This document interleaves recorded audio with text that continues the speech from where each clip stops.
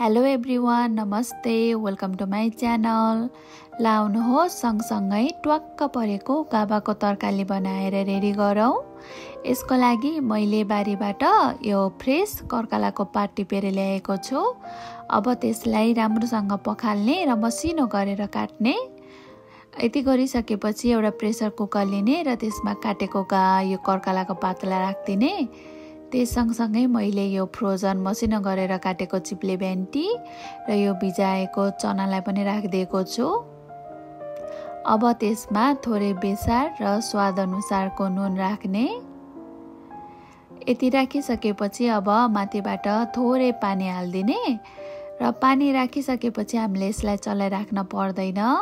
अब प्रेसर कुकरको बिर्को लगाइदिने र मिडियम हिटमा 4 देखि 5 सिटी नआन्जेलसम्म पाक्नको लागि छोडिदिने।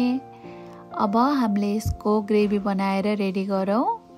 त्यसको लागि मैले एउटा प्यानमा तेल तताएको छु र त्यसमा पञ्चफोरन फुराइदिने। अब त्यसमा मसिनो गरेर काटेको प्याजलाई पनि राख्ने र प्याज हल्का गोल्डन ब्राउन नभन्जेलसम्म फ्राई गर्ने। अब त्यसमा जिन्जर र गार्लिकको पेस्ट र थोरै खुर्सानीलाई पनि राखिदिने र हल्का काँचो टेस्ट नगन्जेलसम्म फ्राई गर्ने। अब चाहिँ त्यसमा मसिनो गरेर काटेको टमाटोलाई पनि राखिदिने। अब चाहिँ हामीले टमाटोलाई एकैछिन चलाइसकेपछि त्यसमा सधैँ जसो किचनमा युज हुने मसलाहरू राख्न सक्छौँ। मैले चाहिँ यसमा थोरै बेसार, धनियाको धुलो, जिराको धुलो, गरम मसला, चिल्ली फ्लेक्स र नुन राखेको छु। नुन चाहिँ अघि हामीले कर्कलालाई पकाउने बेलामा नै राखेको छौँ, त्यही भएर राख्ने बेलामा विचार गर्नुहोला।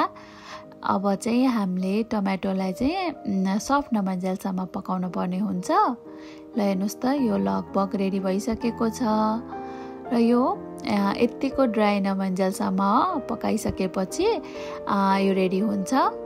यता हाम्रो कर्कलो पनि पाकेर रेडी भइसकेको छ। अब चाहिँ यसलाई हल्का म्यास गर्नुहोला। यत्तिको भइसकेपछि हामीले बनाएको यो टमाटोको मसलामा राख्न सक्छौँ।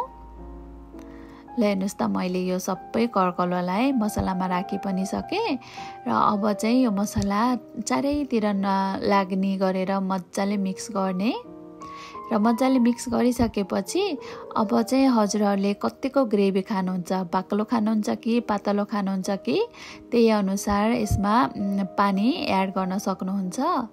मलाई चाहिँ यो तातो तातो खानासँग खान मनपर्ने भएकोले मैले चाहिँ यसलाई हल्का पातलो बनाएको छु। हजुरहरूले आफ्नो स्वाद अनुसार यसलाई एडजस्ट गर्न सक्नुहुन्छ। यसरी पानी राखिसकेपछि अब मिडियम टु लो हिटमा राखेर 4 देखि 5 मिनटसम्म पाक्नको लागि छोडिदिने। ल हेर्नुहोस् त, मैले 5 मिनट जति पकाइसकेको छु। अब चाहिँ यसमा मैले सानो चम्चाको 1 चम्चा टिमुरको धुलो र थोरै गरम मसला पनि राखेको छु। र अब मैले चाहिँ यसमा सानो चम्चाको 1 चम्चा घिउ राख्दैछु। यसरी घिउ राख्दाखेरि एकदमै मिठो टेस्ट अनि स्मेल आउँछ।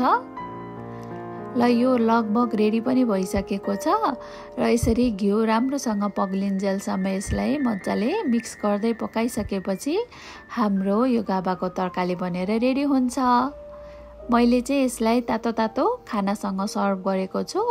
हजुरहरूलाई जेसँग मन लाग्छ त्यसँग सर्भ गर्न सक्नुहुन्छ।